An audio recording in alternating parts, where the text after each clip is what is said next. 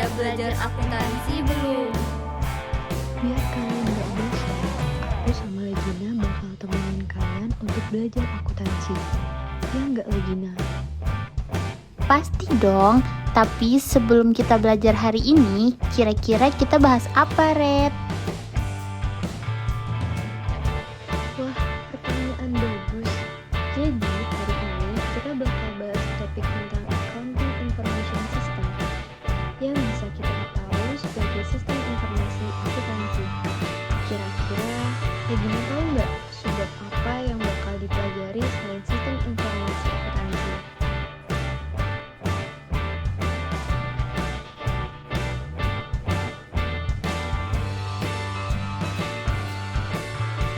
Pasti dong.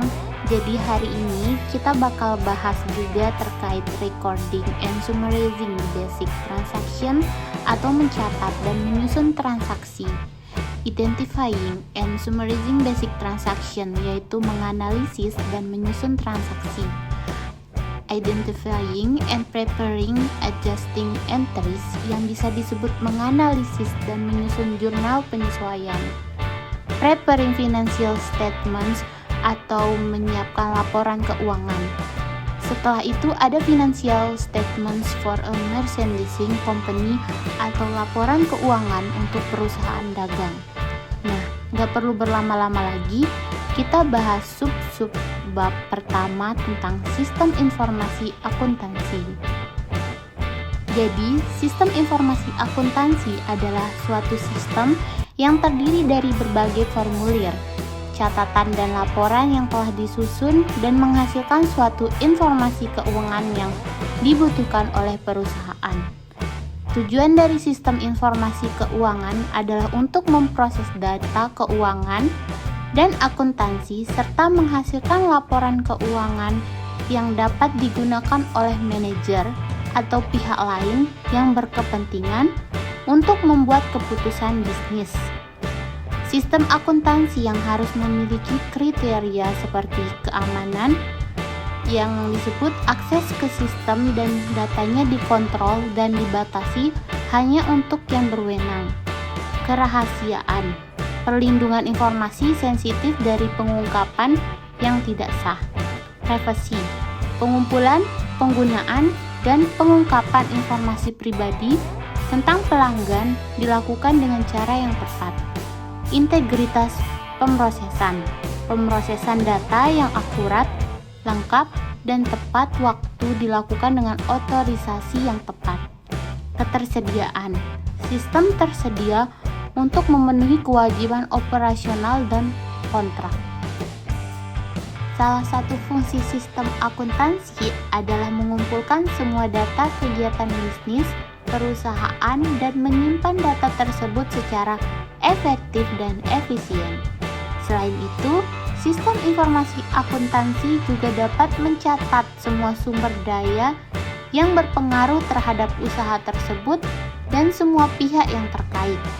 Dengan fungsi ini, tidak akan ada suatu hal dalam perusahaan yang tidak tercatat.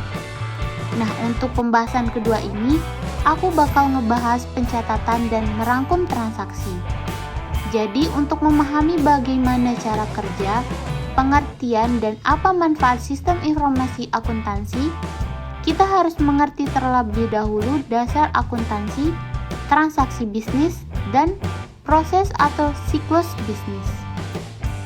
Transaksi bisnis terbagi dalam beberapa tipe proses atau siklus bisnis, yaitu yang pertama, kontrol pendapatan. Segala transaksi bisnis yang terjadi dalam proses ini terdiri dari penjualan harian, retur penjualan, dan transaksi lainnya yang berkaitan dengan masuknya arus kas. Yang kedua, kontrol pengeluaran. Segala transaksi bisnis yang terjadi dalam proses ini terdiri dari pembelian, retur pembelian, biaya-biaya, dan transaksi lainnya terkait dengan keluaran arus kas. Pembayaran gaji dan pembelian aset tetap juga termasuk dalam kategori proses ini. Yang ketiga, kontrol konversi. Terdiri dari biaya-biaya yang terkait transaksi pembelian bahan baku dan bahan dalam proses. Yang keempat, kontrol administratif. Terdiri dari segala transaksi yang berkaitan dengan ekuitas, investasi, obligasi, dan sejenisnya. Dari kesemua proses bisnis tersebut akan bermuara di sistem, proses, dan kontrol buku besar, general ledger. Dari buku besar akan menghasilkan laporan keuangan internal dan eksternal. Contoh dari laporan keuangan internal adalah laporan umur piutang dan status persediaan di gudang. Sedangkan laporan keuangan eksternal berupa contoh laporan neraca, laba rugi, dan arus kas. Dikutip dari modul pembelajaran SMA Ekonomi kelas 12 tahun 2020, jurnal penyelesaian adalah jurnal yang tidak berdasarkan pada aktivitas transaksi, namun berdasarkan pada keterangan atau perhitungan tertentu seperti beban penyusutan gedung, beban sewa gedung, dan utang gaji. Setiap akunnya dalam suatu perusahaan jasa. Terdapat 7 kejadian yang sering terjadi dan memerlukan penyesuaian di akhir periode akuntansi. Berikut akun-akun yang memerlukan penyesuaian. Yang pertama, perlengkapan. Perlengkapan adalah barang yang digunakan perusahaan untuk kegiatan operasional yang habis dipakai kurang dari 1 periode akuntansi. Perlengkapan yang telah dipakai akan menjadi beban di akhir periode akuntansi. Kedua, penyusutan aset tetap. Aset tetap merupakan aset berwujud yang siap digunakan dalam operasional perusahaan dan digunakan lebih dari 1 tahun. Contoh aset tetap adalah kendaraan, mesin, gedung, dan peralatan usaha. Aset tetap mengalami penyusutan atau berkurangnya kemampuan memberikan manfaat ekonomi secara berangsur-angsur. Ketiga, beban dibayar di muka. Beban dibayar di muka adalah transaksi yang awalnya dianggap sebagai aset atau harta. Namun, aset tersebut menjadi beban di kemudian hari. Beban ini merupakan harta perusahaan yang masa depan akan memberikan manfaat. Keempat, pendapatan diterima di muka. Pendapatan diterima di muka merupakan transaksi yang dicatat sebagai hutang, tetapi akan menjadi pendapatan di kemudian hari. Pendapatan ini muncul karena perusahaan telah menerima pembayaran atas suatu pekerjaan, tetapi belum menyelesaikan pekerjaan tersebut. Kelima, beban yang masih harus dibayar. Beban yang masih harus dibayar adalah beban yang sudah menjadi kewajiban dilihat dari segi waktu atau jatuh tempo. Namun, perusahaan belum membayarnya. Contohnya adalah gaji dan bunga yang masih harus dibayar. Keenam, pendapatan yang masih harus diterima. Pendapatan yang harus diterima adalah pendapatan yang sudah menjadi hak suatu perusahaan, namun belum diterima pembayarannya hingga akhir periode akuntansi. Meskipun belum menerima uang, pada akhir periode perusahaan akan mencatat pendapatan tersebut sebagai penghasilan karena perusahaan telah memberikan jasanya. Dan yang terakhir, ketujuh, piutang tak tertagih. Piutang tidak tertagih adalah resiko akibat tidak tertagihnya piutang perusahaan karena pelanggan tidak melakukan pembayaran. Transaksi piutang tidak tertagih diperlakukan sebagai beban. Laporan laba rugi. Seperti namanya, laporan keuangan laba rugi memberikan informasi terkait kegiatan operasional perusahaan dalam suatu periode akuntansi. Laporan keuangan laba rugi dibuat untuk mengukur kinerja perusahaan dalam satu periode tertentu dan berisi rincian mengenai pendapatan, laba atau rugi, serta pengeluaran atau beban perusahaan.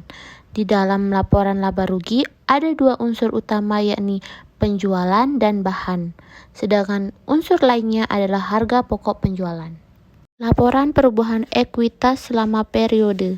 Menurut Kashmir, laporan perubahan ekuitas adalah laporan keuangan yang mencatat informasi tentang penyebab bertambah dan berkurangnya modal selama kurun waktu tertentu. Fungsi pembuatannya adalah agar perusahaan dapat menggambarkan peningkatan maupun penurunan dari aktiva bersih atau kekayaan dalam periode tertentu. Untuk pertanyaan yang pertama yaitu, apa yang dimaksud dengan jurnal penyesuaian?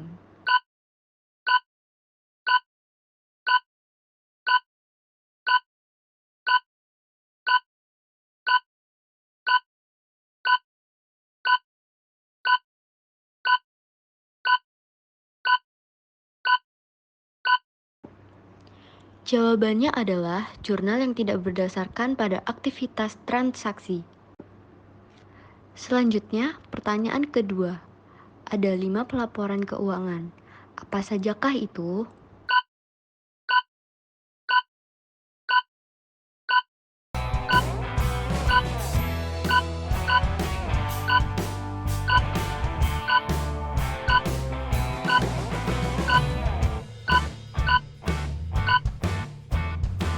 Jawabannya adalah yang pertama, laporan laba rugi. Yang kedua, laporan perubahan ekuitas. Yang ketiga, laporan posisi keuangan. Yang keempat, laporan arus kas.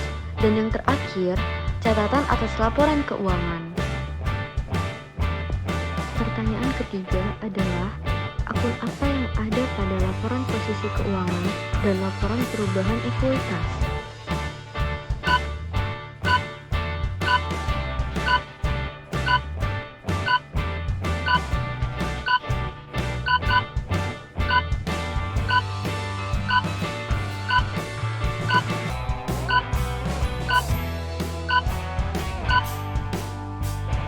Jawabannya, akun yang terdapat pada laporan posisi keuangan dan laporan perubahan ekuitas adalah net income. Pertanyaan keempat, bagaimana cara menghitung gross profit?